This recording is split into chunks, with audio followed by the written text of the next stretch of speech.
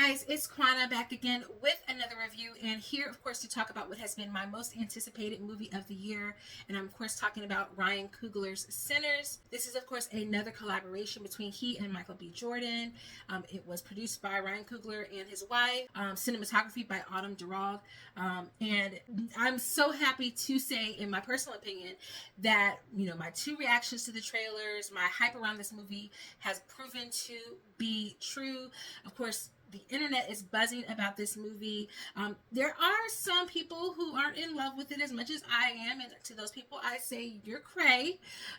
This is another win in my opinion for Ryan Coogler's filmography. This is of course the fifth full-length feature film by him. Of course, his career started off with Filsation. It followed up with the most amazing Creed, and then of course we got the iconic Black Panther, and then we got Wakanda Forever, and then now we have Sinners. And so there's only 5 full-length movies behind this man's discography, if you believe that, or his filmography, which is amazing to have achieved such a fully fleshed out, thought out world building that this movie entails, the history behind it, and just a celebration of Black Southern culture, Mississippi Delta culture, a nod to his own heritage. Hats off to him for what is definitely, in my opinion, a win. I would be very surprised if we did not see his name listed among the Oscar contenders for Best Direction. Following Michael B. Jordan's career for a long time since he was a kid. I wasn't as aware of him on The Wire, but I definitely watched him on the NBC show Parenthood, where he played one of the love interests for one of the characters, and of course Friday Night Lights. And then of course he got older and he was in a ton of other films, and he has been increasingly improving. But I must say, what pleases me the most about Michael Jordan is you can really see how he shines under the direction of Black creatives. I'm talking about his best roles here, Creed, and I'm talking, of course, he did amazing in Black Panther as Killmonger, and now we have him in Sinners, playing not one but 2 characters, absolutely killing it. Shout out in the comments if you have seen this film. Let me know who your favorite of the 2 brothers were. Mine, of course, is Smoke, obviously. I feel like the mature ladies like Smoke, maybe the younger ladies like Stack. And I thought he really knocked it out of the park. Now, I don't know if this would be strong enough to get him an Oscar nomination. I definitely think he should get one, but this was an absolutely great movie. And of course, his performance as Smoke adds a certain gravity and weight to the performance and to the film that was very necessary, and I just applaud him completely all the way.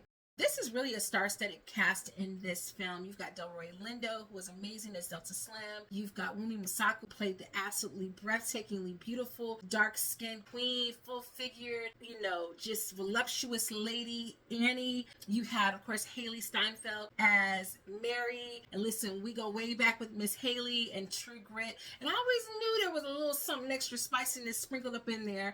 She did a great job as Mary. You have, of course, the introduction of Miles Canton as Preacher Boy, Sammy. His voice, this man sings like he has ancestors in his throat, and I don't know if he wants to continue as an actor or if he still wants to primarily be a musician, but I hope and pray that this man has an illustrious and a long and prolific career, because he did an absolutely amazing job. But let me talk a little bit about what Sinners is, just a brief synopsis. I'm not going to give a whole lot of spoilers here. This is a movie about a young man named Sammy who has a gift of music. He plays a resonator guitar, and he also sings and wants to sing the blues. This is, of course, something that his preacher father does not want him to do. But when his twin cousins arrive from Chicago hoping to start their own joint, it ushers him into a world of debauchery and sinfulness, and what is sure to be the night of his life. And that is until danger from the mortal plane and from perhaps the supernatural plane converge to make this night memorable in all the wrong ways. Aside from that, let me tell you what this movie is. It's really a lot of things, in my opinion, as a film scholar, as a literature teacher. I think first and foremost, we have a little bit of the hero's journey going on here with Sammy being our resident hero who is on the journey of self-discovery here, right? He has a magical gift, the gift and ability to play music that is a gift from God. anyone who can sing, it's a gift and a talent. But the way that he can sing without giving any spoilers is absolutely breathtakingly beautiful and stunning. And it's only the anointing in the throat going on there. His cousins arrive, which really ushers him in on this journey of self-discovery. Is he going to stay and abide by his father, or is he going to give into his true love, which is the road and which is music?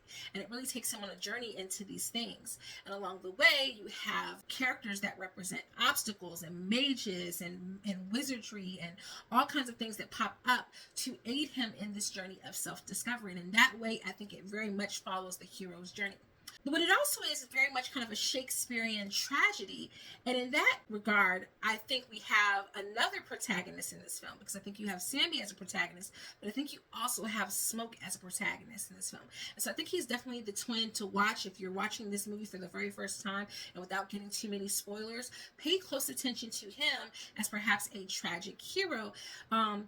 And I think if we study this as maybe following the traditional, drama model, then we would expect this to have five acts, right? And then that would help us to not anticipate perhaps an introduction to the antagonist early in this film. It's going to come a lot later.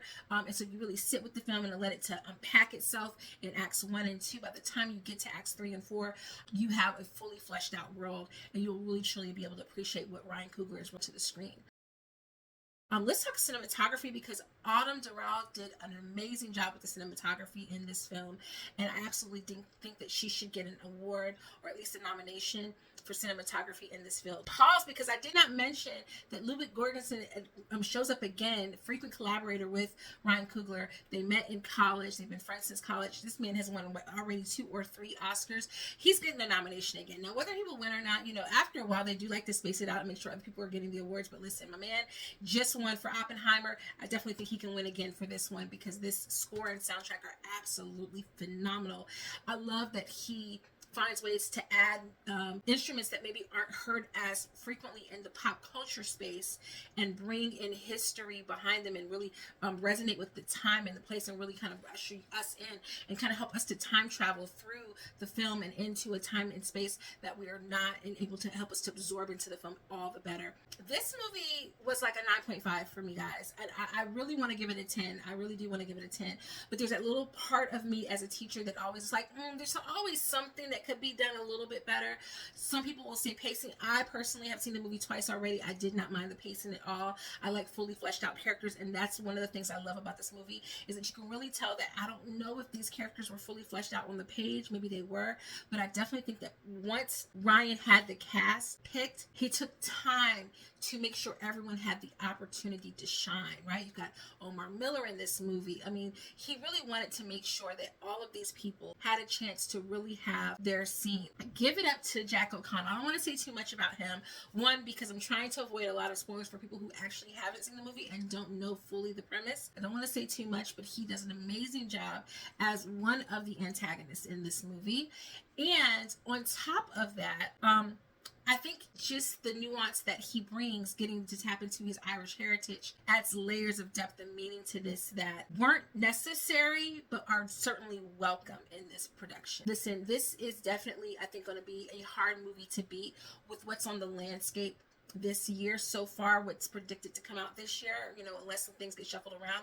There's a lot of major blockbuster films that are on the horizon. You've got another Avatar film, you've got another Jurassic Park film, and while certainly those movies are going to pick up some technical awards, and some of them even have some really strong actors, those film and franchises aren't known for having the strongest scripts in terms of giving actors a chance to really shine on the screen. And so I definitely think that this is one that we are going to be hard pressed to see another movie this strong come out this year. That said, we know sometimes the Academy likes to play games, okay? There was no reason why The Color Purple in 1985 should get 11 Oscar nominations and not win not one. But I do hope that we've moved beyond that. And this is not to say that Ryan Coogler just deserves this because he's Black. This is a movie that people will be dissecting and talking about for years. And I think there's always those opportunities where you can have a movie that's good for the moment and it fizzles and it burns out, or it's not really memorable, or people really don't go back to it and study. This will be a movie, much like Jordan Peele's Get Out, Much like maybe the original Avatar with James Cameron, this is going to be a movie that people will study, and it will spawn future creatives to go into filmmaking because of this. And that's the kind of legacy that this is. Just hats off to Ryan Coogler and the whole team. Let me know in the comments if you have watched Sinners yet. And if you've watched it, how many times have you seen it? I've seen it twice, and I plan to go see it at least 2 or 3 more times in the theater because that's how much I loved it. And I hope you did too. But if you didn't love it, let me know that in the comments. We'll have a little talk about it. Maybe I can help you change your mind. Until next time, guys, I am Kwana, and it is always her real review. Toodles!